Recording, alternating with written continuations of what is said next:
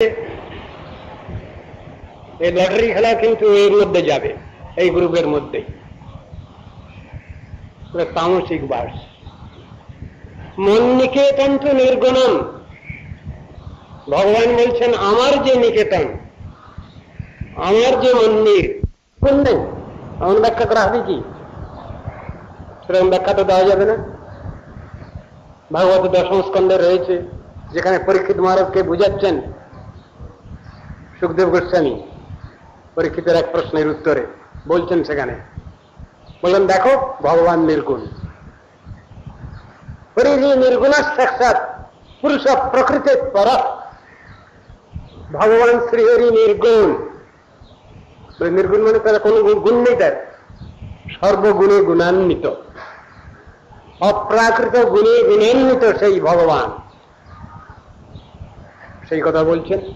নির্গুণ শব্দের অর্থ প্রাকৃত গুণ বর্জিত, পরন্তু অপ্রাকৃত গুণবান, অপ্রাকৃত রূপবান, অপ্রাকৃত লীলাপরায়ণ।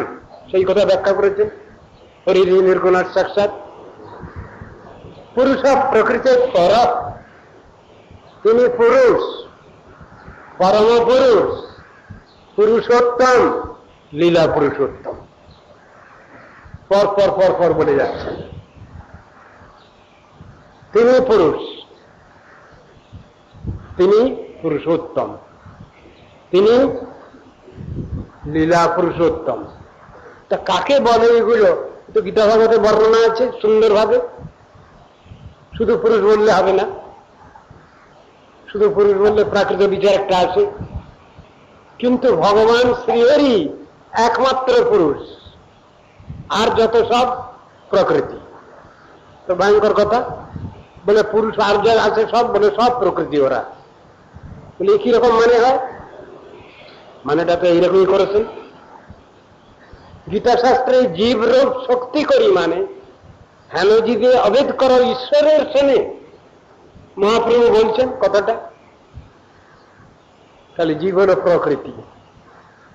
বলে পুরুষ দেখা যাচ্ছে যে, পুরুষ প্রকৃতি দুরকম দেখা যাচ্ছে যে, দেখা গেলেও প্রকৃতি ওরা।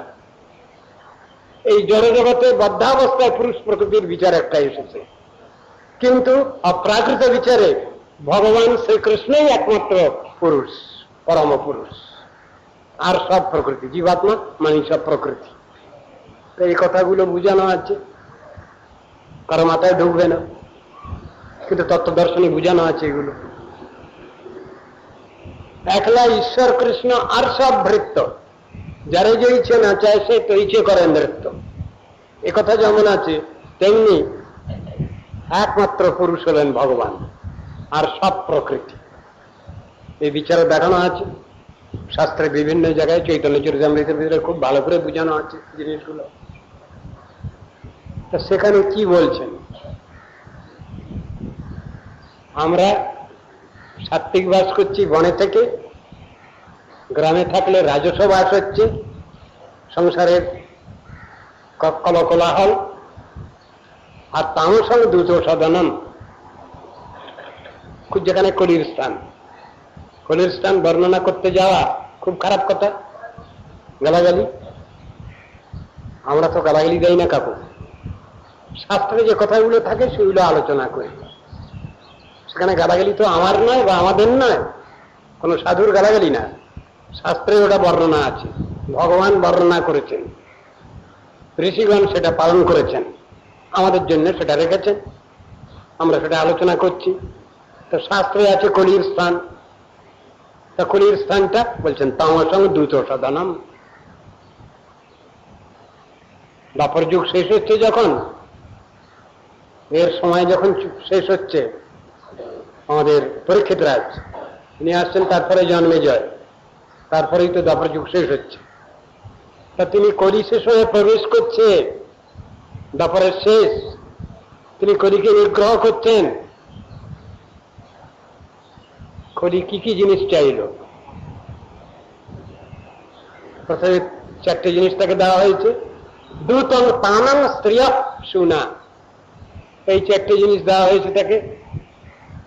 এটাও সে সন্তুষ্ট হয়নি কলি, আরো কিছু চায়। তখন তাকে কি দিলেন?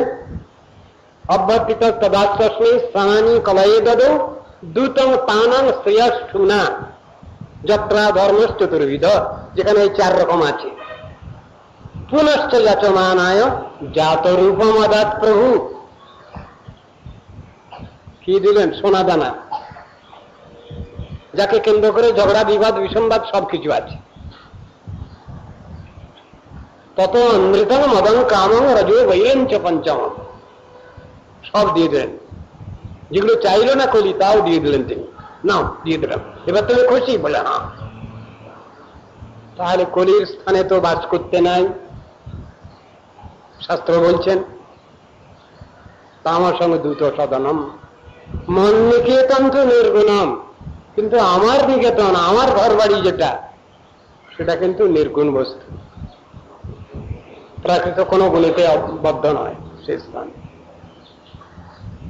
এখানেও একটা কিছু বৈশিষ্ট্য দেখিয়েছেন, যেমন ওখানে গৃহেতে, যেদিনে গৃহে ভজন দেখি গৃহেতে গুণক ভাই, ওটা যেমন সত্য কথা, আর তেমনি এটাও সেরকমই সত্য কথা। অর্থাৎ সাধন ভজন যেখানে বাস্তব রূপে নিষ্ঠার সহিত অনুষ্ঠিত হচ্ছে, সেখানে সবটাই ঠিক আছে। এইটাই হলো বিচারের কথা। যথায় বৈষ্ণবগণ, সেই স্থান বৃন্দাবন, সেই স্থানে আনন্দ অশেষ। মানে কি বলা হবে? বৈষ্ণবগণ যেখানে অবস্থান করছেন সেই স্থানই হল বৃন্দাবন। যদ্যপি বৃন্দাবন বলে স্থান তার অধিষ্ঠান আছে, তথাপি সেই বৃন্দাবন আবির্ভূত হচ্ছেন যেখানে বৈষ্ণব অবস্থান করছেন, যেখানে তার প্রিয় পরমপস্য ভগবানের নাম গুণ লীলা কথা আলোচিত হচ্ছে, অনুষ্ঠিত হচ্ছে, সেই স্থান বৃন্দাবন। একথা বলছেন। তীর্থযাত্রা পরিশ্রম, সকলই মনের ভ্রম, সর্বসিদ্ধি গোবিন্দ চরণ। তাহলে মানুষ তীর্থে যাবে না এই কথা শুনে? হ্যাঁ, যাও তুমি, কিন্তু তীর্থযাত্রা করতে গেলে তোমার নিজের বাহাদুরিতে হবে না। তাহলে সাধু সঙ্গে তীর্থ দর্শন, সাধু সঙ্গে, তা যদি না হয় তোমার তীর্থযাত্রা বিফল হবে, সফল হবে না। কথা বলছেন শাস্ত্র। বলছেন কি, আগে তীর্থ কি সেটা শোনো কান দিয়ে। তীর্থ কাকে বলে, তীর্থের মহিমা আগে অবগত হও, তারপরে তীর্থযাত্রা করো, এই কথা বলছেন। রঘুগণ রাজা যখন যাচ্ছিলেন তীর্থ করতে, ভাগবতে আছে, রঘুগণ রাজা যখন তীর্থ করতে যাচ্ছেন তখন জড়ভরতের সঙ্গে তার হয়েছে, কথাবার্তা হয়েছে। জড়ভরত পালকি ফেলে দিয়ে দাঁড়িয়ে গেলেন। বাবা, কাকে পালকি বইতে লাগিয়েছে রে? তখন তিনি বলছেন, আপনি বললেন কোন মূর্খকে পালকি বইতে লাগিয়েছ? বলুন কাকে মূর্খ বলে, আর পণ্ডিতই বা কাকে বলে? প্রশ্ন করে ফেলেছেন জড়ভরত রঘুগণ রাজাকে। পালকি থেকে নেমে এলেন রাজা, আপনি বলুন, আপনি যে বললেন মূর্খ, কাকে বলে মূর্খ বলুন, আর তার উল্টো শব্দ বলুন পণ্ডিত বা কাকে বলে। প্রশ্ন করে ফেলেছেন। রাজা বললেন, আমি জানি না, আপনি দয়া করে বলুন প্রভু। কোন মূর্খ? দেহাদ্যহং বুদ্ধি, এই জড় দেহে যার আমি আমার বুদ্ধি, এই জড় দেহে যার আত্মবুদ্ধি, সেই হলো 1 নম্বরের মূর্খ, স্টুপিড নাম্বার 1। পণ্ডিতকে ক পণ্ডিত বন্ধমোক্ষবিদ, কিসে আমাদের বন্ধন দশা হয়েছে, কিসে আমাদের পুনরায় মুক্তি দশা লাভ হবে, এটা যার জানা হয়েছে তিনি হলেন পণ্ডিত। তো কথাগুলো নিয়ে তো আলোচনা আছে শাস্ত্রে বিভিন্ন জায়গায়, সবগুলো আমাদের বুঝতে হবে। জানার শেষ নেই, শিক্ষারও শেষ নাই, আর বোঝারও শেষ নাই। একজন সাধু যিনি অনেক কিছু জেনেছেন, অনেক কিছু বুঝেছেন, তাকেও যদি জিজ্ঞাসা করা যায় আপনি এটা কি বলুন, উনি বলবেন আমি ঠিক জানি না। সে কি আপনি জানেন না? এত লোককে বলছেন, এত লোককে শোনাচ্ছেন, আমি যতটুকু শুনেছি আমার গুরুবর্গের কাছ থেকে, উপরওয়ালার কাছ থেকে, শাস্ত্রে যেটুকু বর্ণনা করেছেন তাই আমি বলছি, আমার নিজস্ব কোনো বক্তব্য নেই। বাহ, এত কথা যে বলছেন আপনি, বলে কিচ্ছু আমার নিজের কথা না, এগুলো সব শাস্ত্রের কথা, এগুলো সব আমার গুরুবর্গ বলেছেন, আচার্যবর্গ বলেছেন, আমার উপরওয়ালারা বলেছেন, আমি কিছু জানি না, আমার নিজস্ব কোনো কথা নাই। আপনারা যদি মনে করেন এগুলো আমার নিজস্ব কথা, তাহলে ভুল করবেন। এগুলো সব উপরওয়ালার কথা, মূল মালিকের কথা, ভগবানের কথা, ভগবত ভক্তগণের কথা। ঠিক ওই রকম ধরনের কথাগুলো শাস্ত্রতে এইভাবে ব্যাখ্যা দেওয়া আছে। সুতরাং কোনো জায়গায় ক্ল্যাশ করছে না, পরস্পরের সঙ্গে বিরোধ হচ্ছে না। কেন না, তত্ত্ব সিদ্ধান্ত তো একই। যদি কোনো মানুষ তত্ত্বে প্রতিষ্ঠিত হন, তার ভিতরে ঝগড়া, বিবাদ, বিসংবাদ, মতান্তর, মনান্তর কিচ্ছু নেই, মিলঝুল আছে। গন্ডগোলটা কোথায় হয়, কখন হয়? দুটো দল যখন, একটা দল বুঝিয়ে দল আর একটা দল অবুঝ দল, তখনই গন্ডগোলের সৃষ্টি হয়। সমস্যা ভজন্তি বই, একই রকম ধরনের চিত্তবৃত্তির লোক একই রকম ধরনের এতেই চলবে। Birds of the same feather flock together. সমরশীল হতে হয়, সেই কথাই তো শাস্ত্রের উক্তি। সমরশীল না হলে কেউ কারো দুঃখ কষ্ট বুঝবে না, অনুভব করবে না, উপলব্ধি করবে না। সমরশীল হলে ওটা ঠিক থাকবে, পরস্পরের ভিতরে স্নেহ, মমতা, প্রীতি সবকিছু থাকে, সেই নিয়েই চলবে পরস্পরে। তাৎকালিক ভাবে কিছু হতে পারে বটে, কিন্তু তত্ত্ব দর্শনে মিলজুল আছে, সুতরাং অসুবিধা নেই কিছু।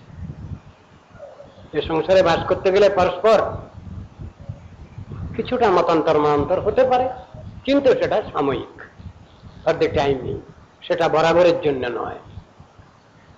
সাধন ভজন যারা করছেন, তারা গৃহী হন আর ত্যাগী হন, তাদের পরস্পরের ভিতরে তো ভীষণ মিলজুল আছে। কেন? তারা একই পরমোপাস্য ভগবানের উপাসনা করছেন। এই ভাগবত আলোচনা করতে গেলে কতগুলো জিনিস মনে পড়ে আমাদের। কিরকম? সত্য যুগের লোক, তাদের সাধন ভজনের খুব জোর ছিল, বর্ণনায় পাচ্ছি আমরা, গীতা ভাগবতের মধ্যে পাচ্ছি। সত্য যুগের এক নাম কি? কৃতযুগ। কৃতযুগ মানে যে যুগে লোক জন্মগ্রহণ করলে, জন্মগ্রহণ করা মাত্রই তারা কৃতকৃত্য ধন্য হতেন, সেই যুগের নাম হলো কৃতযুগ। তাহলে বর্ণনা শুনে আমাদের মনে হচ্ছে যে তাহলে সত্য যুগের লোক তো আমাদের থেকে অনেক শ্রেষ্ঠ, বা সত্য যুগে ধর্ম চতুষ্পাদ রূপে বিরাজিত, সত্য, শৌচ, দয়া, দান, এই চতুষ্পাদ ধর্ম পূর্ণ মাত্রায় বিরাজিত সত্য যুগে, সত্য যুগ অনেক ভালো। কিন্তু জিনিসটা চৈতন্য মহাপ্রভু এসে বুঝিয়ে দিলেন ভাগবতের শ্লোক দিয়ে, না, সত্য যুগ থেকে আরো ভালো যুগ আছে। বলে কি? ধন্য কলি যুগ। ধন্য কলি যুগ বলে হ্যাঁ, যে যুগেতে ভগবান শ্রীকৃষ্ণ স্বয়ং আবির্ভূত হয়েছেন, এবং সেই দাপরের শেষে কলিযুগে স্বয়ং চৈতন্য মহাপ্রভু যে যুগে আবির্ভূত হচ্ছেন, এর নাম হলো ধন্যকলি। এই ধন্যকলি যুগ সব দিক দিয়ে ধন্য, সুতরাং তার প্রজারাও ধন্য। শুনলে তো তাহলে কিছু আমাদের আশ্বস্ত করবার মতো কিছু উপায় আছে দেখছি, আমাদের জন্য কিছু ব্যবস্থা আছে তাহলে দেখছি। ঠিক এই একই প্রশ্ন তো করেছেন সত্যসন্ধ ত্রিকালজ্ঞ ঋষি, যারা বসেছিলেন নৈমিষারণ্যে, নৈমিষ কাননে, যেখানে এই ভাগবত কথা আলোচনা হচ্ছিল, সেই সভায় আমরা এখানে 60 জন আছি কিনা জানি না, কিন্তু সেখানে 60,000 ঋষি বসেছিলেন। 60,000 ঋষির সামনে সেখানে ভাগবত ব্যাখ্যা করছিলেন কে? সুত গোস্বামী। তারা প্রশ্ন করেছেন। কি প্রশ্ন? তাদের খুব দুশ্চিন্তা, দুর্ভাবনা ঋষিগণের। কি প্রশ্ন করে বসলেন? এই এখন দাপর যুগ শেষ হচ্ছে, কলি আসছে, কলির যা বর্ণনা রয়েছে শাস্ত্রে সেসব আলোচনা করে আমাদের মাথা খারাপ হয়ে যাচ্ছে। ঋষিগণ বলছেন সুত গোস্বামীকে, সুত গোস্বামী বললেন, আপনারা আমার কাছে প্রশ্ন করছেন, আমি কি জানি এসব সম্বন্ধে, আমি তো এটা বোকা লোক। তবে আমার গুরুদেব সুখদেব গোস্বামী তিনি কিন্তু এই প্রশ্নের মীমাংসা আগেই দিয়ে রেখেছেন। বলে কার কাছে দিয়েছেন? কেন?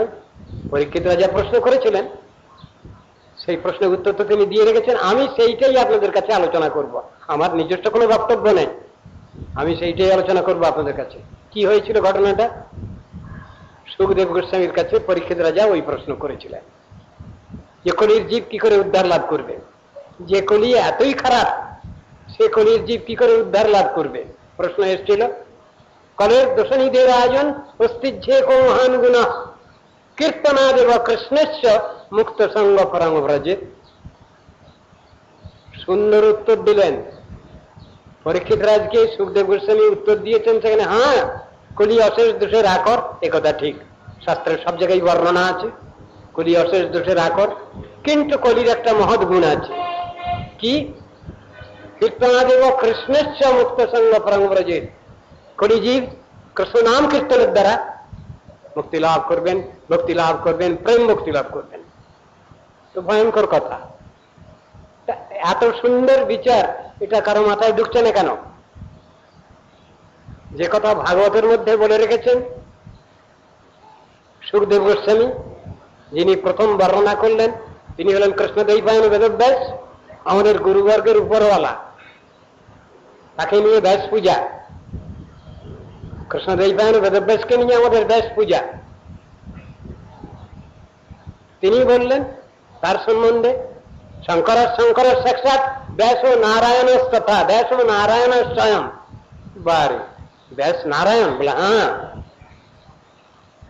আর শঙ্কর সাক্ষাৎ শিব, আর ব্যাস দেব স্বয়ং নারায়ণ কৃষ্ণ ভগবান। অদ্ভুত কথা। তো তিনি বর্ণনা করেছেন ভাগবত, যেসব ব্যক্তি ভাগবত বর্ণনা করেননি তিনি ভাগবত বর্ণনা করেছেন। সুখদেব গোস্বামীকে সেটা আস্বাদন করিয়েছেন উপযুক্ত ব্যক্তিকে দিয়ে। সুত গোস্বামী আস্বাদন করেছেন সুখদেবের মারফত। প্রশ্নের মীমাংসা তো এইভাবে রয়েছে, কলিজীব উদ্ধার লাভ করবে কি করে? কৃষ্ণ নাম কীর্তনের দ্বারা কলিজীব উদ্ধার লাভ করবে। এখন কৃষ্ণ নাম কীর্তন না করে অন্য নামের চলছে কেন? বর্তমান বাজার সরগরম, কৃষ্ণ বিষ্ণুকে নিয়ে চলছে না এদের। বলে এইসব পুরনো নাম, এখন কিছু নূতন নাম কিছু সৃষ্টি হোক, তার নূতন নাম কিছু সৃষ্টি হয়েছে। হরে কৃষ্ণ কৃষ্ণ কৃষ্ণ হরে হরে বদলে এখন শিবকালী শিবকালী কালী কালী শিব শিব এইসব নাম সব চলছে বাজারে। ভগবান যে ব্যবস্থা দিয়েছেন সে ব্যবস্থা নিচ্ছে না, চুড়ো চাই। শাস্ত্রে যে ব্যবস্থা দেওয়া রয়েছে সেটা ভালো লাগছে না, ওটা কমা জিনিস হয়ে গেছে। এখন এরা বেশি শক্তি প্রয়োগ করে সেগুলো চালু করে দিচ্ছেন, সব ছড়া গান, ছড়া নাম। অদ্ভুত লাগে। যে নাম জপ করছেন শিব ঠাকুর, যে নাম জপ করছেন শিবানী, যে নাম জপ করছেন ব্রহ্মা ব্রহ্মাণী, যে নাম জপ করছেন নারদ ঋষি, যে নাম জপ করে অজামিল বৈকুণ্ঠে গেল, সে নাম কার্যকরী হচ্ছে না। এখন নূতন নাম দরকার হচ্ছে। আশ্চর্য লাগে। এর নামই হলো কলি।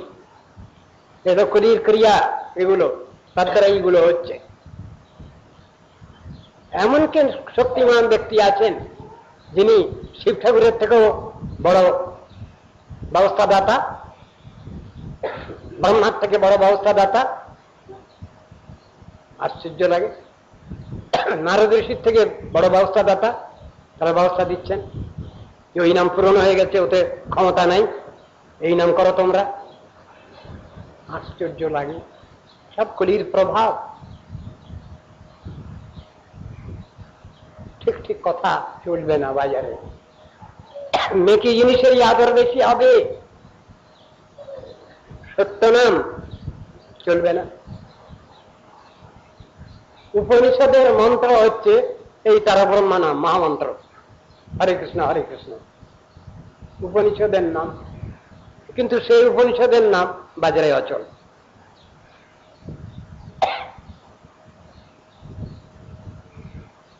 হরে কৃষ্ণ এই নাম, এটা তো সংস্কৃত, সবগুলো সম্বোধনের পদ বলে বাংলার মতো মনে হচ্ছে এটা, কিন্তু সংস্কৃত পদ।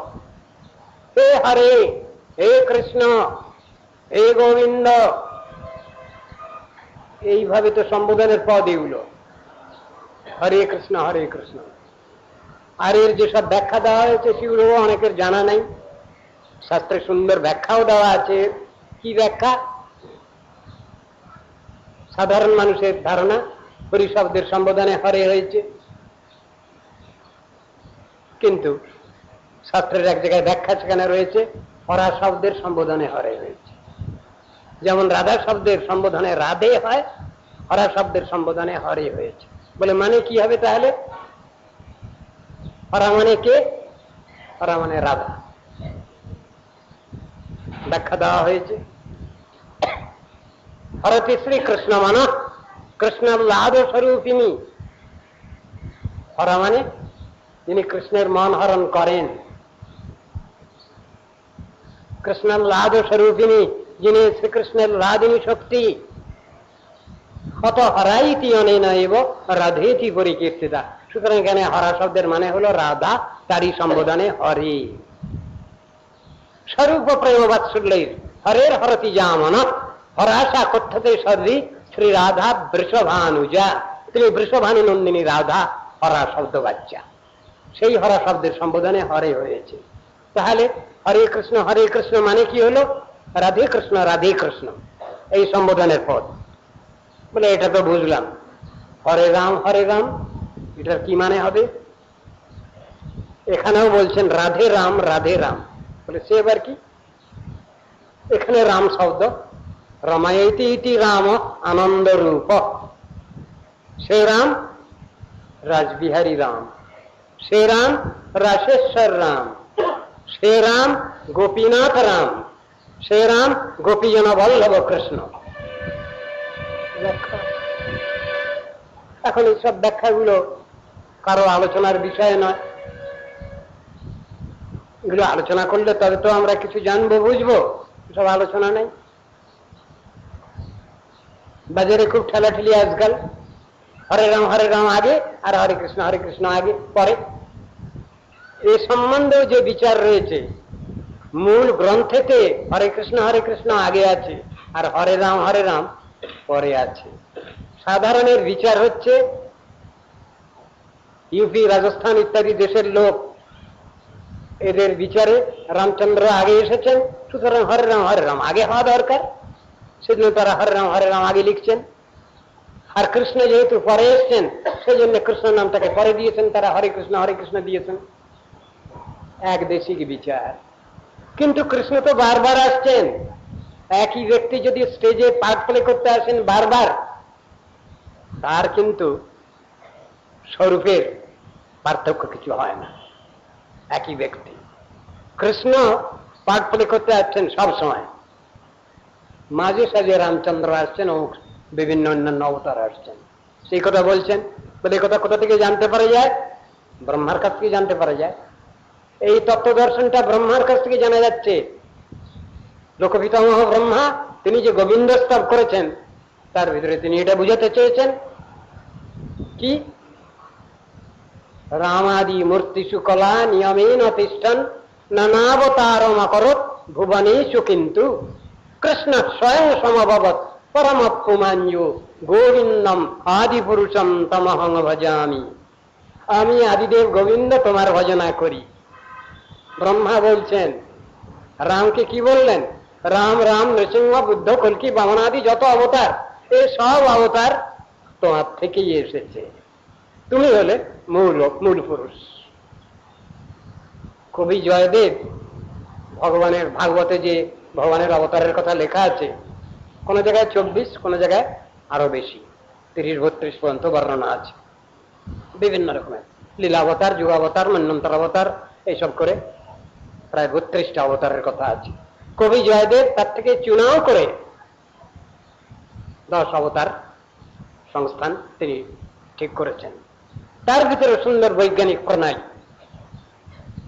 প্রথম ভগবান এসেছেন মৎস্যাবতার ভগবান, মৎস্যের মধ্যে, জলজ প্রাণীর মধ্যে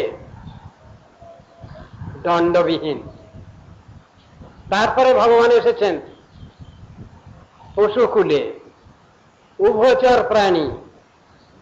তার আগে এসছেন কুর্মকুলে, উভচর কুর্ম, কচ্ছপ, জলেও থাকে স্থলেও থাকে, কুর্ম রূপে এসছেন।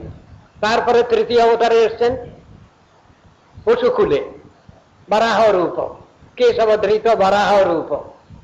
তারপরে ভগবান এলেন পশু এবং মনুষ্য দুটো মিক্সড অবস্থা, নৃহরি, নরহরি, নরসিংহ, নৃসিংহ, এই মূর্তিতে half man and half beast, এই অবস্থায় এলেন। তারপরে ভগবান এলেন মনুষ্য মূর্তিতে, কিন্তু তার অঙ্গ প্রত্যঙ্গ ঠিক হয়নি, বামন মূর্তিতে, ডোয়ার্ফ।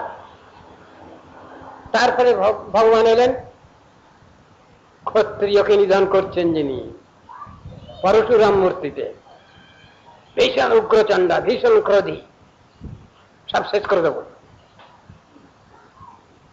তারপরে ভগবান এসেছেন যেমন বর্ণনা আছে সেরকম, বুদ্ধ মূর্তিতে এসেছেন, এবার ভীষণ হিংসা একবারে। তারপরে না না না, মা হিংসা সর্বাণী ভূতানি, ক্ষত্রিয় নিন্দসী যোগ্য বিধের শ্রুতি জাতম সদয় হৃদয় দর্শিত পশুঘাতম কেশবধৃত বুদ্ধ শরীর জয় জগদীশ হরে। বুদ্ধ মূর্তিতে এলেন। এই যে সমস্ত এর সুন্দর একটা বিচার, একটা শাস্ত্রে এই বিচারগুলো দেখানো হয়েছে আস্তিক্য দর্শনের ক্রমোন্নতি পর্যায়ে, ডেভেলপমেন্ট অফ থিজম, সেই জিনিসটা ব্যাখ্যা করেছেন শাস্ত্রে। এইগুলো আমাদের বুঝতে হবে। তো কেন এগুলো, এগুলো তাৎপর্য কি আছে, শিক্ষা কি আছে এর ভিতরে? ভগবান নিখিল বিশ্বের শিক্ষাদাতা, অখিল লোক শিক্ষক, ত্রিলোক গুরু সেই ভগবান। ভগবত লীলা আমরা বুঝতে পারবো না বলে সেই রাধা কৃষ্ণ মিলিত তনু তিনি গৌরাঙ্গ মূর্তিতে এসেছেন, নয় কি? কৃষ্ণ দেব কলিযুগ ভবং লোকমালক্য সর্বং পাপাসক্তান কৃপা সিন্ধুষ চৈতন্য মূর্তি। যিনি রাধা কৃষ্ণ মিলিত তনু, রাধা ভাবদ্যুতি সুবলিতম নৌমি কৃষ্ণস্বরূপম, তিনি এসছেন চৈতন্য মূর্তিতে ভগবানের কথা জানাবার জন্য, বুঝাবার জন্য। অখিল লোকগুরু রূপে এসেছেন, শিক্ষা দেওয়ার জন্য এসেছেন। এইভাবে কানতে হবে। ভগবত ভজন করবে, ভগবানকে ভালোবাসবে, তাহলে এইরকম কানতে হয়। দেখো কান্না, সে কান্নার শেষ নাই। পাইন বৃন্দাবন নাথ পুনঃ হারাইনু, কেমর মিলে কৃষ্ণ কোথায় গেলে পামু। অদ্ভুত কান্না, সে কান্নার শেষ নাই। আকুলতা, ব্যাকুলতা দেখাচ্ছেন। ভগবানকে পেতে চাও, এমন আকুলতা ব্যাকুলতা তোমার দরকার, তাহলে ভগবানকে পাওয়া যাবে। শিক্ষা, গার্জিয়ান যদি নিজে শিক্ষা না দেন তবে তো সন্তান শিক্ষা পায় না। তাই পরম করুণাময় তিনি এসেছেন জগৎকে শিক্ষা দেওয়ার জন্য, সাধন ভজন শিক্ষা দেওয়ার জন্য। দেখতাম দেখতাম দেখিতে দেখিতে বাহারে মৃদঙ্গ, মৃদঙ্গের বোল দেখতাম দেখতাম। তবে কাকে ঠিক দিচ্ছে? যারা এখানে যে গৌরাঙ্গ মূর্তি তাকে যারা চিনল না, বুঝল না, তাদের ঠিক দিচ্ছে মৃদঙ্গ। কৃষ্ণ দেব কলিযুগ ভবম লোকম আলক্য সর্বান পাপাসক্তান কৃপা সিন্ধুষ চৈতন্য মূর্তি তস্মিন যে সঙ্গ নভবতী সদা কৃষ্ণ বুদ্ধির নরানাম দেখতান দেখতান দেখিতে দেখিতে বাহারে কেন মৃদঙ্গ। এমন যে পরম করুণাময় যে ভগবান চৈতন্য মূর্তি, তাকে যারা ভগবান বলে বুঝলো না, জানলো না, মৃদঙ্গ তাদের দিক দিচ্ছে, তাদের দিক শত দিক বলছে। কল্পতরুভ্যশ্চ কৃপা সিন্ধুভ্যৈব চ পতিতানাং পাবনেভ্যো বৈষ্ণবেভ্যো